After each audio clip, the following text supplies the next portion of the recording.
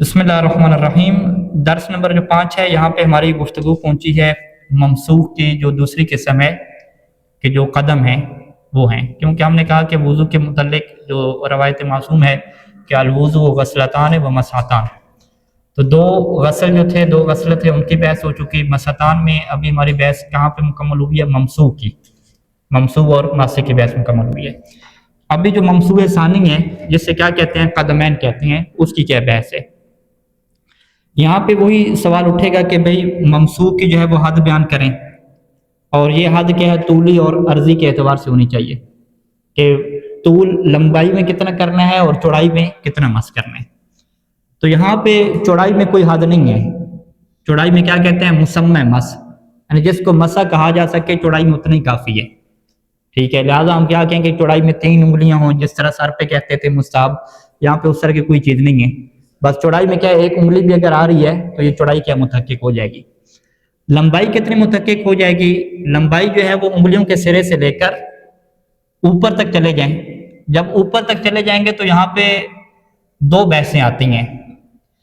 یہ جو قرآن مجید کی آیت ہے کہ کعبین تک کیا کرو؟ مسح کرو، یہ جو لفظ کعبین ہے، عربی زبان میں اگر لغت میں اس کا معنی دیکھیں گے تو پاؤں کا ابھار اس کا مطلب ہے، لیکن روایات اہل بیت علیہ السلام میں اس کی تفسیر کے متعلق اختلاف ہے، ٹھیک ہے۔ ایک روایت میں اس کی تفسیر امام علیہ السلام نے کیا بیان کی کہ اس سے مراد کیا ہے؟ مفصل الساق ہے۔ مفصل الساق کسے کہتے ہیں؟ پنڈلی کا جوڑ، ٹھیک ہے۔ جوڑ کی کیا مطلب کہ اب جو کام ہے وہ اس ابھار سے اوپر چلا گیا ہے، ٹھیک ہے۔ یعنی یہ پاؤں آپ لے لینا، تو یہ پاؤں لینے کے بعد جب اسے بینڈ کریں گے یوں کر کے، تو یہ جو بینڈ جگہ ہو رہی ہے اسے کیا کہتے ہیں؟ مفصل کہتے ہیں، جوڑ۔ تو پاؤں اور جو پنڈلی کا جوڑ ہے وہ ابھار کے اوپر ہے، یعنی بالکل جہاں پہ ٹانگ شروع ہونے والی ہوتی ہے انسان کی، وہ جو پوائنٹ ہے ٹانگ اور پاؤں کے جو جڑنے کا پوائنٹ ہے، اس پوائنٹ کو کیا کہتے ہیں؟ مفصل کہتے ہیں، مفصل الساق کہتے ہیں کہ پنڈلی کا کیا ہو گیا؟ یہ جوڑ ہو گیا۔ تو اب فقہا کے درمیان کیا اختلاف ہو گیا؟ کچھ فقہا کیا کہتے ہیں کہ مسح آپ کریں گے تو یہاں سے ابتدا تو واضح ہے کہ انگلیوں کے سرے سے کریں گے، لیکن لے کر کہاں جائیں گے؟ کچھ کہتے ہیں کہ کعبین سے مراد کیا ہے؟ ابھار ہے، کہ بس اسی ابھار تک آپ لے جائیں تو مسح ہو جائے گا۔ لیکن سید سیستانی دامت اللہ علیہ نے احتیاط واجب لگائی کہ ابھار تک مسح کافی نہیں ہے، بلکہ آگے بھی کھینچ کے لے جائیں گے، اور آگے کھینچ کے کتنا لے جائیں گے؟ پنڈلی کے جوڑ تک کیا لے جائیں گے، ٹھیک ہے جی۔ تو یہ مسح کی مقدار کیا ہو جائے گی؟ لمبائی میں زیادہ ہو جائے گی۔ یہ ہمارے پاس کہاں پہ حد موجود ہے؟ منہاج الصالحین صفحہ نمبر 55 میں یہ ہے۔ مسح القدمین من اطراف الاصابع، اصابع کیا ہے؟ انگلیوں کے سرا ہو گیا، کنارہ ہو گیا، بالکل انگلیوں کے کنارے میں۔ جو ہمارے پاس مشکل کیا آتی ہے کہ لوگ ایسے ہاتھ رکھ دیتے ہیں تو وہ سمجھ رہے ہوتے ہیں کہ ہاتھ لگ گیا، لیکن وہ کنارے کے اوپر ہاتھ نہیں لگتا۔ یعنی اگر تو ناخن چھوٹے ہیں تو تھوڑا سا گوشت کے حصہ آگے ہوگا، تو پھر وہ کیا بن جائے گا؟ گوشت کے حصہ کنارہ بن جائے گا۔ اور اگر ناخن بڑے ہیں تو خود جو ناخن کا کنارہ ہے وہ کیا بنے گا؟ انگلیوں کا کنارہ بنے گا۔ لہٰذا اس کا بہترین طریقہ کیا ہوتا ہے کہ ہاتھ یوں رکھا جائے۔ اگر یوں ہاتھ رکھ رہے ہیں تو پھر ایشو بننا رہے گا کہ پتہ نہیں یہاں پہ کنارے پہ ٹچ ہوا یا ٹچ نہیں ہوا۔ اور ظاہری بات ہے، آپ جانتے ہیں کہ وضو میں ہمیں ایک ایک جو سوئی کی نوک ہے نا، وہ والی دقت چل رہی ہے یہاں پہ، کیونکہ یہ اللہ کی حدود میں سے حد ہے۔ تو اگر یوں کر کے مسح کریں گے تو یہ ایشو رہے گا کہ ممکن ہے کہ وہ جو باریک کنارہ تھا ناخنوں والا وہ کیا ہو؟ رہ گیا ہو، وہاں سے مسح شروع نہ کیا ہو۔ لہٰذا اس میں احتیاط کیا ہوتی ہے کہ آپ ہاتھ یوں رکھیں، یوں کر کے انگلیاں پاؤں کی اٹھا لیں، تو ہاتھ یوں رکھیں۔ جب آپ یوں ہاتھ رکھیں گے تو آپ کہیں بھی جو بھی کنارہ آپ بنا رہے ہو نا سارا اس کے اندر آ گیا ہے۔ اسے کیا کہتے ہیں؟ مقدمہ علمی کہتے ہیں، کہ اپنا یقین حاصل کرنے کے لیے چلیں کچھ باہر بھی آ گیا، لیکن کم از کم یہ تو طے ہو گیا نا کہ میں نے اطراف اصابع سے شروع کیا، ٹھیک ہے۔ یہ مسئلہ میں دوبارہ دہرا دیتا ہوں کہ اطراف اصابع کی کیا تشریح ہے؟ انگلیوں کے سرے سے کیا مراد ہے؟ ہم کہیں گے 2 صورتیں ہیں، یا ناخن چھوٹے ہیں پاؤں کے اور گوشت آگے بڑھا ہوا ہے، تو پھر جو گوشت آگے بڑھا ہوا ہے تو گوشت کا جو آخری کنارہ ہوگا وہ طرف کہہ رہے گی، وہاں سے شروع کرنا ہوگا۔ اور اگر ناخن بڑے ہیں اور انگلیاں اور گوشت بالکل برابر ہے، یا ناخن آگے نکلا ہوا ہے، تو پھر اطراف اصابع کیا ہوگا؟ وہ جو ناخن کا کنارہ ہے وہ کیا بنے گا؟ اطراف اصابع بنے گا، ٹھیک ہے۔ پھر آپ کہیں گے بھی ہم یہ کیسے کریں؟ ہم کہیں گے اس کا بہترین طریقہ کیا ہے کہ آپ ہاتھ ہی ایسے رکھیں، پاؤں کو یوں اٹھا لیں، ہاتھ جب آپ ایسے رکھیں گے تو یہ مکمل طور پہ یقین ہو جائے گا کہ آپ کہاں سے جو ہے وہ ابتدا کر رہے ہیں، اطراف اصابع سے کیا ابتدا کر رہے ہیں، ٹھیک ہے. اچھا اب یہاں پہ ہاتھ رہ کر آپ آگے لے کر جا رہے ہیں تو کہاں تک لے کر جانا ہے؟ الی المفصل. کہاں تک لے کر گئے؟ مفصل. مفصل کہتے ہیں جوڑ. بین الساق والقدم. جوڑ کس کا؟ پنڈلی کا. پنڈلی وہ جو لمبی ہڈی ہے اور جو پاؤں ہے، اس کا جو جوڑ ہے نا، جو اوپر ہوتا ہے کر کے، اوبار سے اوپر ہوتا ہے، یہاں تک کیا لے کر جانا. اچھا ولا یکفی المس الی قبۃ القدم. اگر کوئی مسح کرتا ہے قبۃ القدم، قبہ کسے کہتے ہیں؟ اوبار کو کہتے ہیں. تو پاؤں کے اگر اوبار تک مسح کرتا ہے تو یہ پھر کافی نہیں ہوگا احتیاط واجب کے طور پہ، بلکہ اوبار سے بھی کیا ہے آگے جانا ہے، یعنی جب آپ کا ہاتھ کیا ہے پنڈلی کو لگ جائے، ٹھیک ہے. تو اس کا بہترین طریقہ کیا ہے کہ آپ یوں کر کے مسح یہاں سے کریں اور آگے تک لے جائیں. وہ جو ٹانگ ہے نا تھوڑی پنڈلی، اس کا بھی کیا ہے احتیاطاً تھوڑا سا کر لیں تاکہ یہ بات طے ہو جائے کہ جو ہم نے مسح کی حد طولی تھی نا پاؤں کی، اس کو کیا کیا؟ مکمل کیا. واضح؟ تو یہ حد کیا ہوتی ہے؟ اسے کیا کہتے ہیں؟ حد طولی کہتے ہیں. عرض کی کیا حد ہے؟ وَيَكْفِي الْمُسَمَّى عَرَضًا. عرض میں تو مسمى کیا کافی ہے؟ مسمى یعنی بس ٹچ ہو جائے، ٹھیک ہے، وہ ایک انگلی سے. لہٰذا ہم کیا کہتے ہیں کہ پاؤں کا مسح ایک انگلی سے بھی کر سکتے ہیں. یوں کر کے انگلی رکھیں اور آگے تک لے آئیں. 2 انگلیوں سے بھی کر سکتے ہیں، پورے کیا ہاتھ سے بھی کیا کر سکتے ہیں. ٹھیک ہو گیا.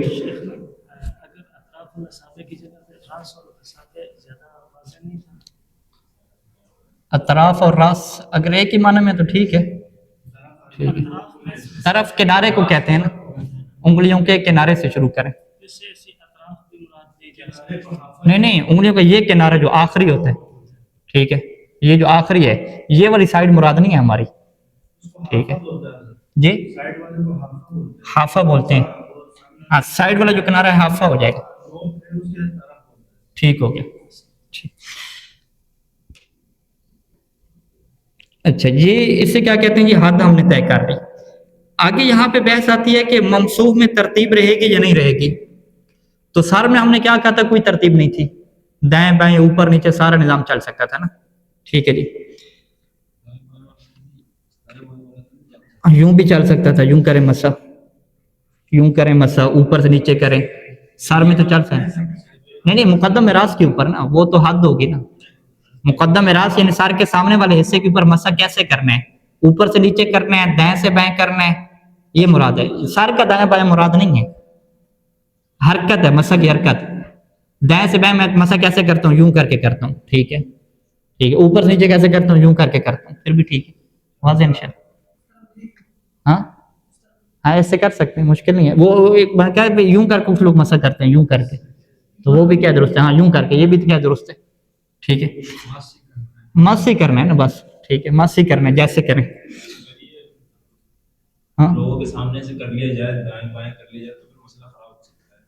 ہاں تو آپ نئے طریقے نہ کریں لوگوں کے سامنے، ٹھیک ہے. ہاں یہ ضروری تھوڑی ہے کہ نئی فقہ سیکھی ہے تو نئے طریقے کریں، یہ نہیں ہوتا. ضرورت اس میں کیا ہوتی ہے؟ مثلا لوگ کیا کرتے ہیں جی، لوگوں کے وضو باطل کرنا شروع کر دیتے ہیں. او جی آپ نے وضو ٹھیک نہیں کیا، آپ نے مسح ٹھیک نہیں کیا، کیوں جی انہوں نے دیکھا وہ ایسے مسح کر رہا تھا.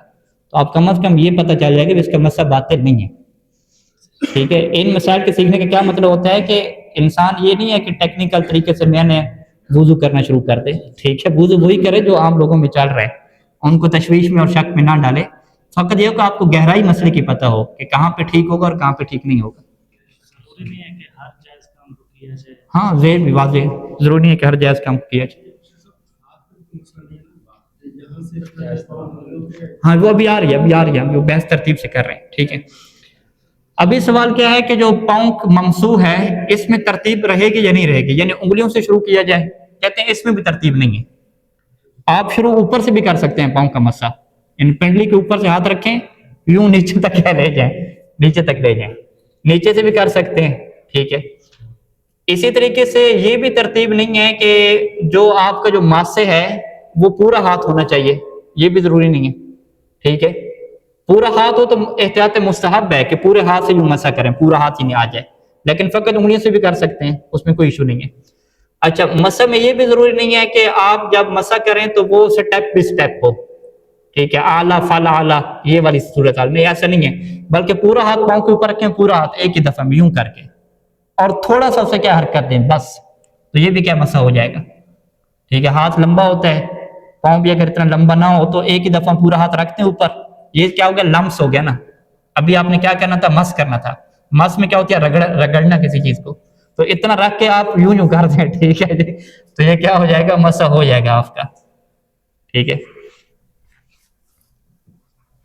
ہاتھ کی انگلیوں سے بھی تو کر سکتے ہیں ایسے. ہاں ہاتھ کی انگلی سے بھی کر سکتے ہیں، اوپر سے نیچے بھی کر سکتے ہیں. ٹھیک ہے، بس انشاء. اس میں چوڑائی کی کوئی حد نہیں ہے. ہاں چوڑائی کی کوئی حد نہیں ہے. اچھا، اسی طریقے سے ایک اور سوال ہوتا ہے کہ ماسح اور ممسوح کی ترتیب کیا رہے گی. ٹھیک ہے، یہاں پہ یہ دیکھیے گا، یہ دونوں پاؤں کا اکٹھا مسح کیا جا سکتا ہے. ٹھیک ہے جی، لیکن احتیاط مستحب کیا ہے کہ پہلے دائیں کا مسح ہو پھر بائیں کا مسح ہو. ٹھیک ہے، اور اگر ترتیب آپ غلط کرتے ہیں، یعنی پہلے بایاں اور پھر دایاں کر لیتے ہیں، تو یہ احتیاط لازم کے طور پہ جائز نہیں ہے. ٹھیک ہے، تو ترتیب کا قانون ہمارے سامنے کیا آ گیا کہ یہ نہیں ہے کہ پہلے دایاں کریں پھر بایاں کریں. نہیں، اگر دونوں کا کوئی بندہ اکٹھا بھی مسح کر رہا ہے تو بھی کیا ٹھیک ہے. بعض افراد کرتے ہیں وضو کر کے دونوں ہاتھ رکھ کے اکٹھے کر دیتے ہیں، تو یہ بھی درست ہے. لیکن احتیاط مصحف کی کیا خلاف ورزی ہے؟ احتیاط مصحف پہ عمل کرنا ضروری نہیں ہوتا. واضح. کما ان الاحوط استحبابا ان یکون مسح الیمنی بالیمنی. اسی طریقے سے ماسے میں آ جائیں. ایک سوال ہے، جی جی، مطلب کسی بندے کا مطلب ہاتھ کٹا ہوا ہے اور ایک ہاتھ ہے اس کا، وہ ایک ہاتھ سے دونوں پاؤں کے مطلب ہاں بھی آ رہا ہے. ٹھیک، تو اسی طریقے سے جو ماسے ہے اس میں کیا ہوتا ہے؟ یمنا کا یمنا، یسرا سے یسرا، یعنی دائیں ہاتھ سے دائیں پاؤں کا اور بائیں ہاتھ سے بائیں پاؤں کا مسح کرنا، یہ بھی احتیاط مستحب ہے، یہ بھی ضروری نہیں ہے. ٹھیک ہے، یہ قانون کیا ہے؟ وَإِنْ كَانَ يَجُوزُ مَسُّ كُلِّ مِنْهُمَا بِكُلِّ مِنْهُمَا. کل منہما بکل منہما کا کیا مطلب ہے؟ کہ دونوں ہاتھوں میں سے، دونوں پاؤں میں سے کسی کا بھی مسح کیا جائے، یعنی بائیں ہاتھ سے دائیں پاؤں کا اور دائیں ہاتھ سے بائیں پاؤں کا مسح کر لیا جائے، تو یہ بھی کیا ہو جائے گا؟ درست ہو جائے گا. واضح. ہاں اس کا ایک ہاتھ ہو، ہاں ہاں ایک ہی ہاتھ سے، ہاں یوں ہے کہ ایک ہاتھ سے کیا دونوں پاؤں کا مسح کرے. ٹھیک ہے، یہ بھی کیا ہو سکتا ہے. ہاں پھر بھی ایک ہی ہاتھ سے کیا دونوں کو کر لے. اگر دونوں ہوں پھر ایک سے کرتے ہیں، ہاتھ دونوں ہیں لیکن ایک ہاتھ سے دونوں کا مسئلہ. ہاں یعنی ظاہر عبارت یہی ہے. اس کی میں مزید صراحت بھی دیکھ لیتا ہوں کہ ظاہر عبارت کیا ہے کہ یعنی سوال یوں ہوتا ہے کہ کیا دو پاؤں کا میں مسح ایک ہی ہاتھ سے کر سکتا ہوں یا نہیں کر سکتا؟ تو کر سکتے ہیں، ظاہری طور پہ کر سکتے ہیں، لیکن واضح اس کی صراحت لکھی ہوئی ہو صحیح ثانی کے دیگر استفادات میں، تو وہ میں انشاءاللہ ڈھونڈ کے لے آتا ہوں. ٹھیک ہے، تو وہ تاکہ حجت ہو جائے گی. ٹھیک، بائیں کو مقدم کرنا بھی جائز ہے نا؟ ہاں واجب نہیں ہے. واجب بائیں نہیں، بائیں کو مقدم کرنا تو واجب ہے، دائیں کو مقدم کرنا. اب بائیں کو مقدم کریں گے تو احتیاط واجب کے طور پہ جائز نہیں ہوگا. یعنی دوبارہ ہم اس کو دوہرا لیتے ہیں کہ آپ یہ سوال اٹھائیں گے کہ ممسوح کی کیا ترتیب ہونی چاہیے. دیکھیں یہ اس طرح یاد رکھیں، جب یہ سوال ہو کہ ممسوح کی کیا ترتیب ہے تو آپ پھر قدم کی ترتیب بتائیں گے. ٹھیک ہے، ممسوح میں آپ کیا کہیں گے کہ دونوں ایک ٹائم پہ بھی ہو سکتے ہیں، اور دایاں پہلے ہو بایاں بعد میں ہو، یہ بھی ہو سکتا ہے، لیکن الٹ کیا نہیں ہو سکتا کہ بایاں پہلے ہو اور دایاں بعد میں ہو. یہ ممسوح میں ہو گیا. ماسے کی ترتیب کیا ہو سکتی ہے کہ دائیں کا دائیں سے کریں، کہتے ہیں یہاں پہ ترتیب ضروری نہیں ہے. ماسے یعنی ہاتھ ہو گیا نا، ماسے میں کیا ترتیب ہمارے لیے ضروری نہیں ہے، یعنی دائیں پاؤں کا بائیں ہاتھ سے بھی کیا کر سکتے ہیں. واضح جی. اچھا جی، آگے مسح آ جاتا ہے جی، مسح کی کیفیت. مسئلہ نمبر 102 میں آ جائیں. ہاں یہ وہ آپ کو بیان کر دیا ابھی. تو مسح کی کیفیت میں جیسے ہم بیان کیا کہ پورا ہاتھ کیا رکھ کے تھوڑا سا بھی حرکت دے دیتے ہیں تو یہ کیا کافی ہوتا ہے. بالکل انگلیوں سے سٹارٹ کر کے آگے تک لے جانا یہ چیز ضروری نہیں ہوتی، یعنی اعلیٰ فلا اعلیٰ کی جو ترتیب ہے یہ ضروری نہیں رہتی. اچھا، اس کا جو ہے وہ آخری مسئلہ کہ پاؤں کے اوپر جو بال ہوتے ہیں کیا ان بالوں کے اوپر مسح ہو جائے گا یا نہیں ہو جائے گا. یہ مسئلہ نمبر کیا 96 ہے. تو بالوں کے اوپر مسح ہو جائے گا، اس میں کوئی ایشو نہیں ہے. ٹھیک ہے جی. لا یجب المسح علی خصوص البشرہ، کہ وہ جو جلد ہے اس کے اوپر مسح کرنا ضروری نہیں ہوتا پاؤں میں. بل یجوز المسح علی الشعر النابت فیہ، بلکہ ان بالوں کے اوپر مسح بھی درست ہوتا ہے جو پاؤں کے اوپر اگے ہوئے ہوتے ہیں. لیکن اتنے وہ بالوں کے اذا عد من تواب البشر کہ جو اسی بشرہ کی تواب میں شمار ہوتے ہیں، اسی کے حصے شمار ہوتے ہیں، یعنی بیان لم یکن خارج عن المتعارف کہ جو متعارف ایک حد ہے بال اگنے کی مردوں کی، اس سے کیا بڑے نہ ہوں، وہ اللہ اگر اس سے بڑے ہوئے، یعنی یہ شاذ و نادر کیس آ جائے گا کہ ایک بندے کے پاؤں کی زلفیں ہیں فرض کریں، ٹھیک ہے، یعنی پاؤں کے جو انگوٹھے ہیں نا ان کے اوپر بال کیا زلفیں بنے ہوئی ہیں، تو وہ کیا عادی کیس نہیں ہوگا نا، غیر عادی کیس ہو جائے گا، تو پھر وہ کیا پاؤں کی زلفوں کے اوپر مسح کر سکتا ہے؟ تو آپ کہیں گے نہیں، وہ نہیں کر سکتا۔ تو جو پاؤں کے بالوں کے اوپر مسح کرنے کی صورتحال ہے وہ متعارف ہے کہ عام طور پہ جتنے بال ہوتے ہیں، لیکن زیادہ ہوں گے تو پھر ان کے اوپر کیا ہے مسح جائز نہیں ہوگا، زیادہ ہوتے نہیں عام طور۔ فرض کریں کوئی مریض ہو گیا بندہ، اس طریقے سے ایشو آ گیا، تو پھر وہ کیا کرے گا؟ بال ہٹائے گا؟ ہاں پھر وہ بالوں کے اندر خلال، جیسے سر کا مسح نہیں کر رہے تھے یوں کر کے، ٹھیک ہے، بالوں کی جڑوں پہ کیا وہ کرے گا پھر مسح، یعنی وہ توابع جو حصہ ہے نا بالوں کی جڑوں کا، نہیں بلکہ خصوص البشرہ جلد پہ کیا ہے مسح کرنا ہے، ہاں بالوں کے اندر ہاتھ ڈالے گا اور جلد تک کیا ہے اپنا ہاتھ پہنچائے گا وہاں پہ۔ وصلی اللہ علی محمد و آلہ اجمعین۔